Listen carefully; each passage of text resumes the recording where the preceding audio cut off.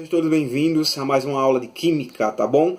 E direcionada especialmente para os alunos do primeiro ano do ensino médio do Águia Colégio de Curso, tá certo? Eu, professor Valkymer, vou trazer para vocês de forma virtual, de forma remota, essa nova modalidade que estamos utilizando para que chegue até vocês conhecimento e para que chegue até vocês possibilidades de química, tá bom? Então a gente vai dar uma recapitulada aqui nos assuntos que a gente já trabalhou sobre o módulo 2 e certamente a gente vai conversando mais a fundo dessas questões, tá bom?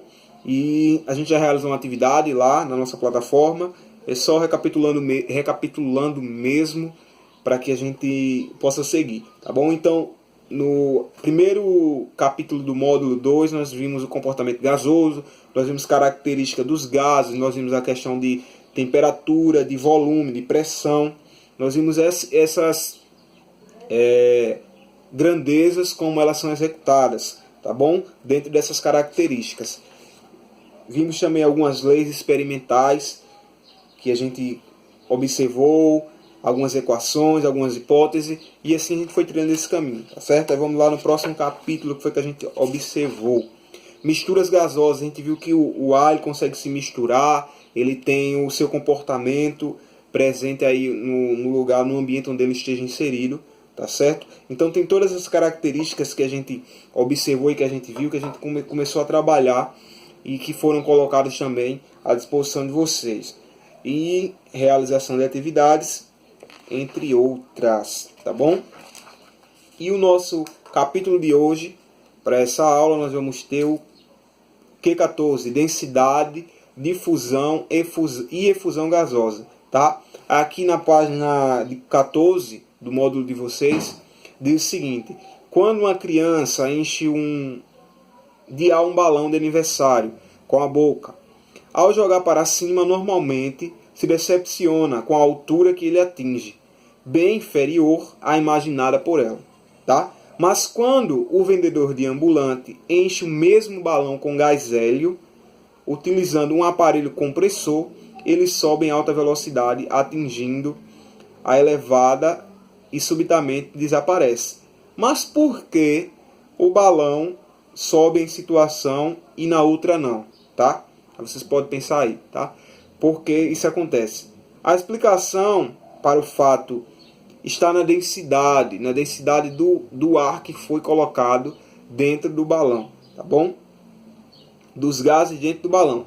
Imagine mais duas situações. Na primeira, você se encontra dentro de uma piscina cheia de água, a 1 metro abaixo da superfície da água. Solta uma esfera maciça de aço. Na segunda, você se encontra na mesma situação, porém solta uma bola de futebol cheia de ar, tá? O que acontece nas duas situações? Claro que a bola maciça de aço afunda e a bola cheia de ar fica boiando sobre a água, não é isso?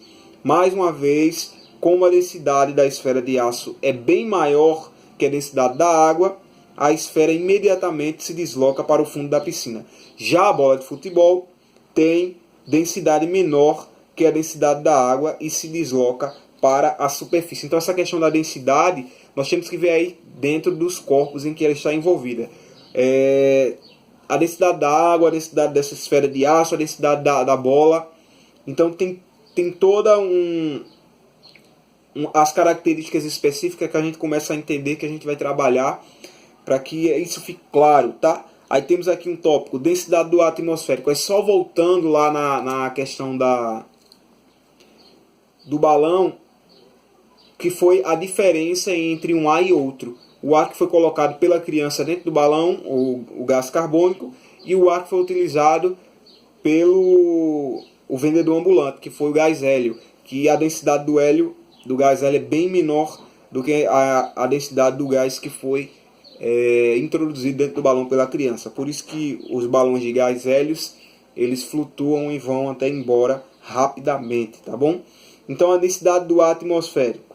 A atmosfera é uma mistura gasosa, na qual os principais componentes são o nitrogênio, 78%, tá? O oxigênio, 21%, e o ar, ou umidade, que fica em média de 1%. A partir dessa composição em massa, podemos calcular a densidade absoluta do ar atmosférico utilizando a equação do estado gasoso ideais, PV igual a nRT. Para isso, temos que admitir o comportamento ideal para os gases atmosféricos. Tá? Aí temos aqui a equação na página 14. Essa equação apenas vem com as fórmulas. Quando a gente tem os valores do que a gente quer medir, do que a gente quer trabalhar, por exemplo, a gente consegue colocar dentro da fórmula e chegar ao resultado adequado. No caso aqui, a gente quer saber a densidade geral desses gases presentes na atmosfera, tá bom? Então, desse modo, podemos dizer que a densidade dos gases, quando submetidos às mesmas condições de temperatura e pressão, diretamente proporcional à massa molar. Ou seja, quanto maior a massa molar de um gás, maior será a sua densidade, tá bom? Essa densidade é chamada de densidade absoluta ou densidade específica de um gás, porque depende das condições de pressão e de temperatura em que se encontra o gás. Tá? Então, tudo isso vai estar relacionado também a outras grandezas, como o caso da pressão e da temperatura, para a gente ter esse valor exato dessa densidade. Tá certo? Aí temos aqui a temperatura molar do ar, tá certo? Que tem os valores já dentro da equação, para que a gente chegue ao determinado ponto.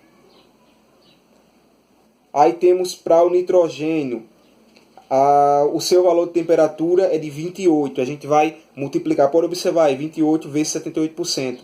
Para o oxigênio, o seu valor de temperatura molar é de 32. E para o ar, o seu valor é de 36. Então a gente multiplica esses valores e divide por 100%. Tá bom? Dessa massa molar, tá? Desses componentes. E temos um valor final aqui de 28,92 gramas de massa molar desses três componentes, fechando assim sua totalidade das questões atmosféricas. É por isso que o balão cheio de gás hélio sobe em alta velocidade quando na atmosfera. A massa molar do hélio é de 4 gramas mol e a massa molar do ar é de 28,92 gramas mol, tá? Então significa o quê? Que a massa molar do gás hélio é bem inferior à massa molar da questão atmosférica, do ar atmosférico. Por isso que o bicho vai embora rapidamente. E o balão da criança, que ela enche também com outro tipo de gás, ele consegue voar, mas não vai embora com a questão do gás hélio. É claro que essa massa molar também do gás que ela colocou dentro do balão é inferior à atmosfera, mas não tão inferior como a questão do gás hélio aqui citado e presente no exemplo. Tá bom? Então isso aí temos a densidade do ar atmosférico. Pode grifar aí densidade do ar atmosférico, tem a definição, tem um exemplo. E dentro dos exercícios tem outros exemplos que a gente vai conseguir trabalhar mais a fundo. Tá bom? Então agora vamos ver o segundo tópico. Densidade relativa. Podemos até determinar quantas vezes a densidade do ar atmosférico é maior que a densidade do gás hélio e estabelecer uma densidade relativa entre eles. Por isso é só estabelecer um coeficiente entre elas, tá bom? Então esse coeficiente está aqui presente na fórmula, que a gente vai começar a entender. Aí temos dA e dHe, que seria a densidade do ar e a densidade do gás hélio, igual aqui Pmol do ar, que é a pressão molar, massa molar, dividido por RT, que faz parte dessa fórmula, e o Pmol do hélio, que é a pressão molar, a massa molar do hélio, dividido por RT, igual a dHe, igual a dA e a dHe, tá certo? Que é a densidade do ar e a densidade do gás hélio, aquilo que a gente já tinha falado. Nós colocamos às frente, nós substituímos os valores, os símbolos da fórmula pelos valores já dados anteriormente, tá bom? Nós temos aqui para o nitrogênio do ar, nós temos 28,92. Nitrogênio não, melhor dizendo. A massa molar do ar, 28,92. Professores, 28,92 veio de onde? No exemplo passado, nós chegamos a essa conclusão. Nós tiramos a estimativa geral dessa massa do ar, que estava presente o nitrogênio, o oxigênio e o ar, tá bom? Então chegamos a esse valor, tá certo? E nós colocamos a massa também do gás hélio, tá certo? Que a gente também viu no exemplo anterior, que é de 4 Gmol, tá bom? E fazemos a divisão e chegamos a um valor de 7,23 x DHE, tá bom? Então essa é a diferença, essa é a densidade relativa de um para o outro, tá bom?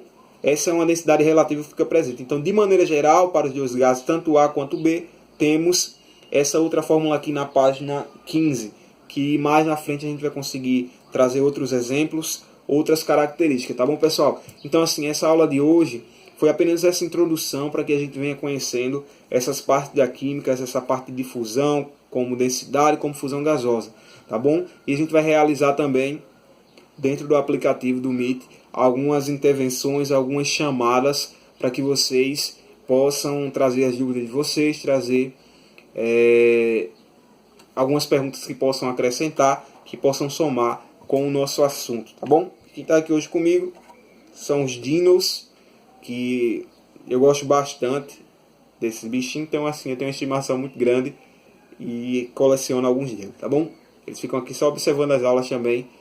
Espero que vocês aproveitem essas aulas, realizem as atividades todas direcionadas a vocês com eficácia, todos sem cessar, sem ninguém faltar, tá bom?